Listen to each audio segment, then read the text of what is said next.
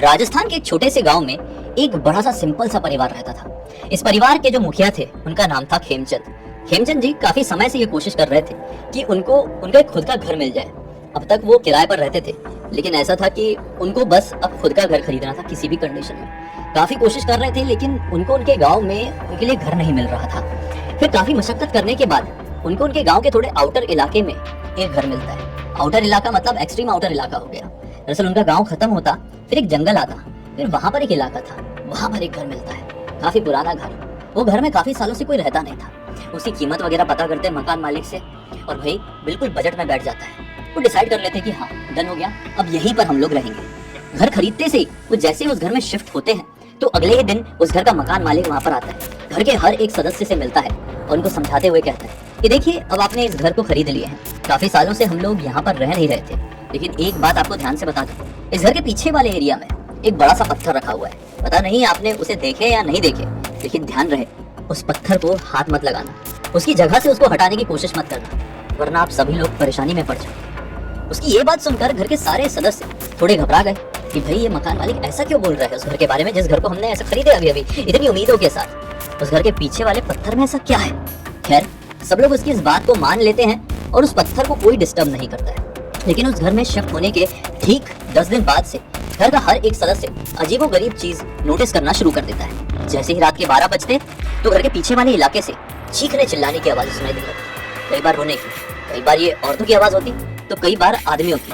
ऐसा लगता कि पीछे ना जाने कितने सारे लोगों की बारात निकल पड़ी है, लेकिन फिर कोई जाके देखे तो पीछे कुछ भी नहीं दिखाई देता था। ऐसे करते करते कुछ दिन कट गए, लेकिन फिर एक दिन की बात है, घर के सारे सदस्य घर से बाहर गए हुए थे और खेमचंद जी घर पर अकेले थे।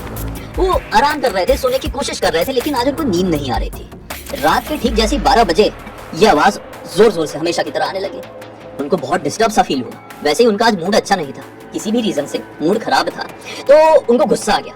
उन्होंने घर पे कचरे की बाल्टी रखी हुई थी, कचरे की बाल्टी उठाए और गाली देते हुए घर के पीछे वाले इलाके में गए और बोले कि कौन है इतना चिल्लाता है रोज, कौन है इतना रोता है, दिमाग खराब, कभी कोई दिखाई नहीं देता है, ले तेरे ऊपर कचरा ही डाल देता हूँ। उन्होंने अंधेरे में ही कचरे की बाल्टी पूरी उड़ेल दी घर के पीछे वाले इलाके में। बात करें वो नॉर्मल से इलाका नहीं था, वो इलाका था वही पत्थर वाला।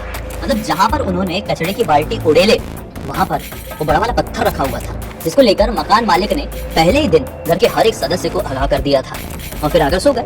उस रात तो वो चीखने चिल्लाने रोने की आवाजें बंद हो गई, लेकिन फिर अगली रात से पीछे से और जोर जोर से आवाजें सुनाई देने लगी। बहुत ज्यादा डिस्टर्बिंग आवाज है।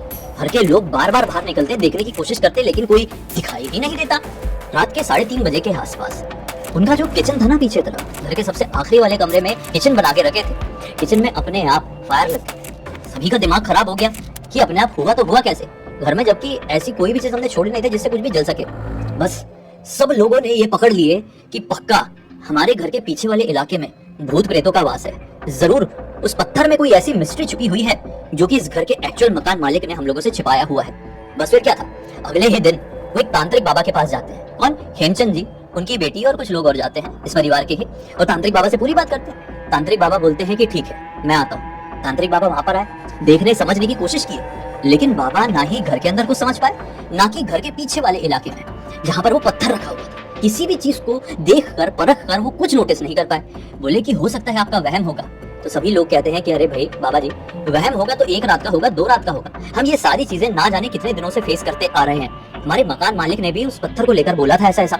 और खेमचंद जी ने जब उस पत्थर के ऊपर कचरे की बाल्टी पूरी उड़ेल दिए तो ये चीखने चिल्लाने की आवाजें और भी ज्यादा बढ़ गई और फिर किचन में इस तरह से हादसा हो जाना, ये नॉर्मल और वहम तो नहीं लगता। तो तांत्रिक बाबा बोलते हैं अच्छा चलो ठीक है, अगर आपको इतना ही लगता है कि इस पत्थर में कुछ झोल झपाटा है भूतिया दुनिया को लेकर, तो मैं एक काम करता हूँ, इस बड़े से पत्थर में एक रक्षा कवच बांध देता हूँ।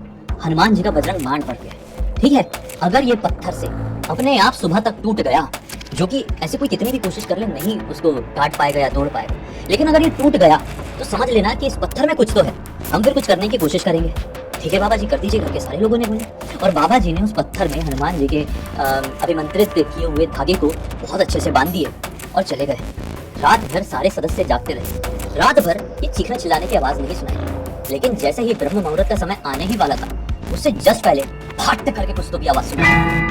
घर के सारे सदस्य घबरा जाते हैं कि भाई पूरी रात रोने चीखने चिल्लाने की आवाज सुनाई नहीं दी है, किसी की हलचल भी सुनाई नहीं दी, पूरे घर में भी सब कुछ ठीक रहा, लेकिन ये क्या हुआ, ब्रह्म मुहूर्त से पहले ये क्या हो गया। सदस्य लोग बाहर निकलकर देखे तो क्या पाए कि वो जो पत्थर था इतना बड़ा, वो पूरा टूट गया है। चट्टान थी यार, वो बहुत बड़ी, बहुत भारी, और कोई कितनी भी कोशिश कर ले उसको ऐसा तोड़ नहीं पाता।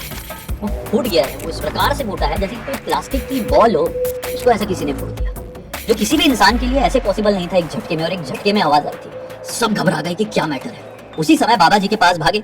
बाबा जी ने बोले कि ये बड़ी विचित्र सी चीज है, अभी कि अभी हमको आपके घर पर चलना होगा।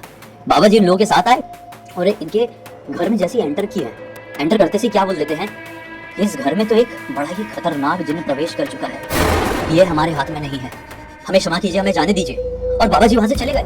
लेकिन एक खतरनाक जिन्न का नाम सुन के सब लोग घबरा गए कि ये क्या बात कर रहे हैं बाबा जी, ऐसा क्यों?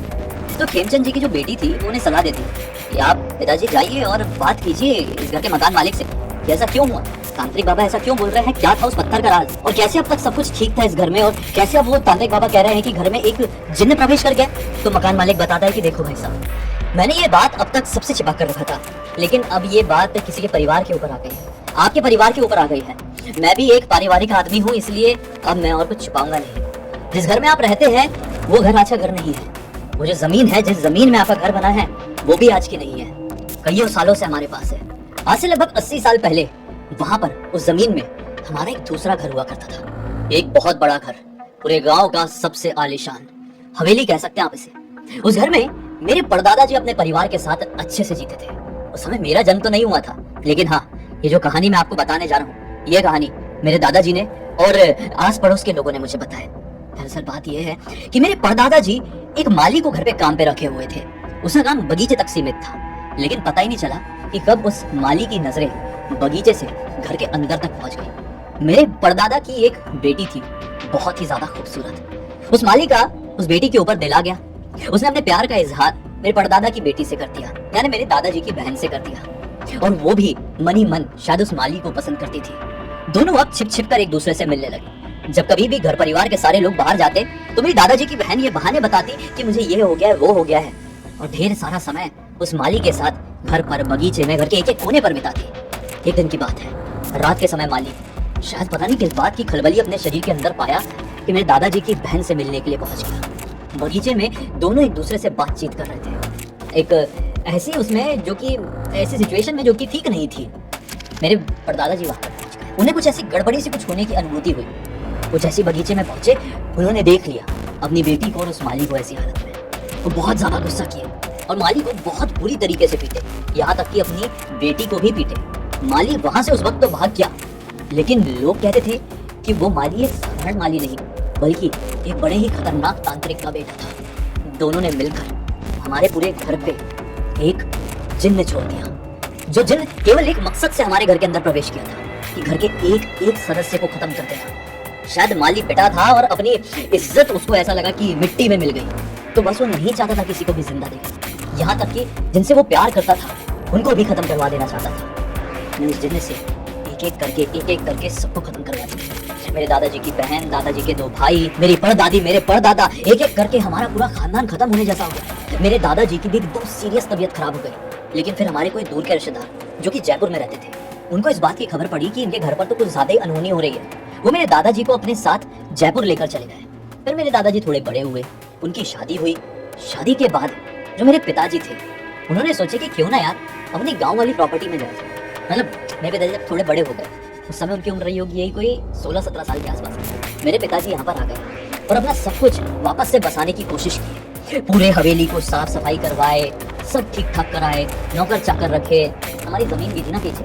मेरे पिताजी को ये बात बहुत अच्छे से पता थी कि हमारा क्या क्या है इस गाँव में। लेकिन सब सेटल होने के बाद से ही मेरे पिताजी ने भी अजीबोगरीब चीजें नोटिस करना शुरू कर दी। मेरे पिताजी को भी हर वक्त ऐसा लगता कि घर के अंदर कोई तो ऐसी शक्ति है जिसे मैं देख नहीं पा रहा हूँ। एक दिन मेरी मम्मी की तबीयत बहुत बुरी तरीके से खराब हो गई। शादी हो गई थी पिताजी की यहाँ पर, बहुत बुरी तबीयत खराब। दुनिया भर के डॉक्टरों को दिखाया, पैसे तो थे हम लोगों के पास, लेकिन किसी भी डॉक्टर से कोई भी आराम नहीं मिला।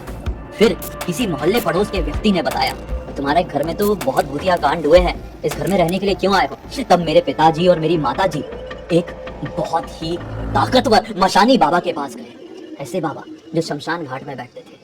दिन के वक्त वो कहाँ से आए, कहाँ चले गए, किसी को कुछ पता ही नहीं चलता था। केवल रात में एक पर्टिकुलर टाइम में ही वो शमशान घाट में दिखाई देते थे। लोग कहते थे कि वो चमत्कारिक बाबा है, सभी को नहीं, कुछ कुछ लोगों को ही।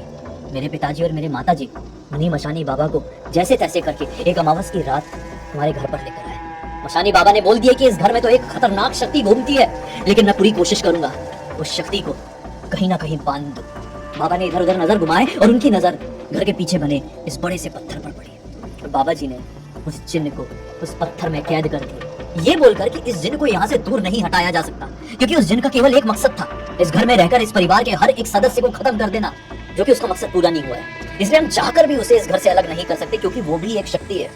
कोई शक्ति आपस में कैसे लड़ेगी, लड़ेंगे भी तो घमासान हो जाएगा। इसलिए बाबा जी ने इस घर के पास ही उस पत्थर में उस शक्ति को बांध दिए और साथ ही साथ ये कह दिए कि इस घर को ही तोड़वा दो। इस घर की दीवारों ने बहुत कुछ देखा है, बहुत कुछ झेला है, एक नया घर बनवाओ।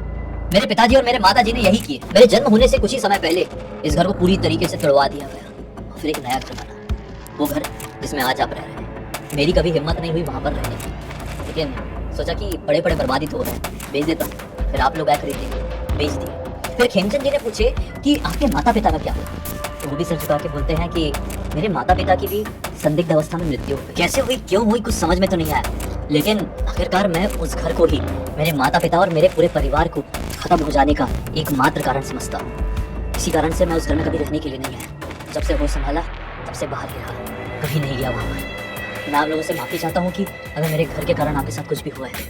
मुझे बोले कि नहीं, कोई बात नहीं, अब हमने घर खरीद लिए हैं तो अब हम ही समझेंगे। आपके साथ जो कुछ भी हुआ वैसे भी वो भी बहुत खतरनाक था, ना बुलाने वाला था। ये भी गए, फिर अपने घर वालों से डिस्कस किया कि क्या करें क्या नहीं, और घर के लोगों ने एक ही फैसला, घर खरीद लिए हो तो ठीक है यार, जान है तो जान है, पड़े रहेगा, इन्वेस्टमेंट प्रॉपर्टी समझ के, आज नहीं तो कल चीज़ें ठीक हो जाएगी किसी भी तरीके से। अभी उस घर को छोड़ देते हैं। खेमचंद जी और फिर सारे परिवार ने उस घर को छोड़ दिए और अच्छे खासे अपनी जिंदगी कहीं और रहकर काटने लगे। एक समय ऐसा आया कि फिर खुद का भी बढ़िया वाला घर बनाए, अच्छी जमीन खरीद के आलीशान। आज खेमचंद जी के परिवार का कोई भी सदस्य उस घटना को याद करता है तो सहरसा उठता है कि बताओ हमारा परिवार एक ऐसे घर में रहा था जिसकी इतनी डार्क हिस्ट्री थी।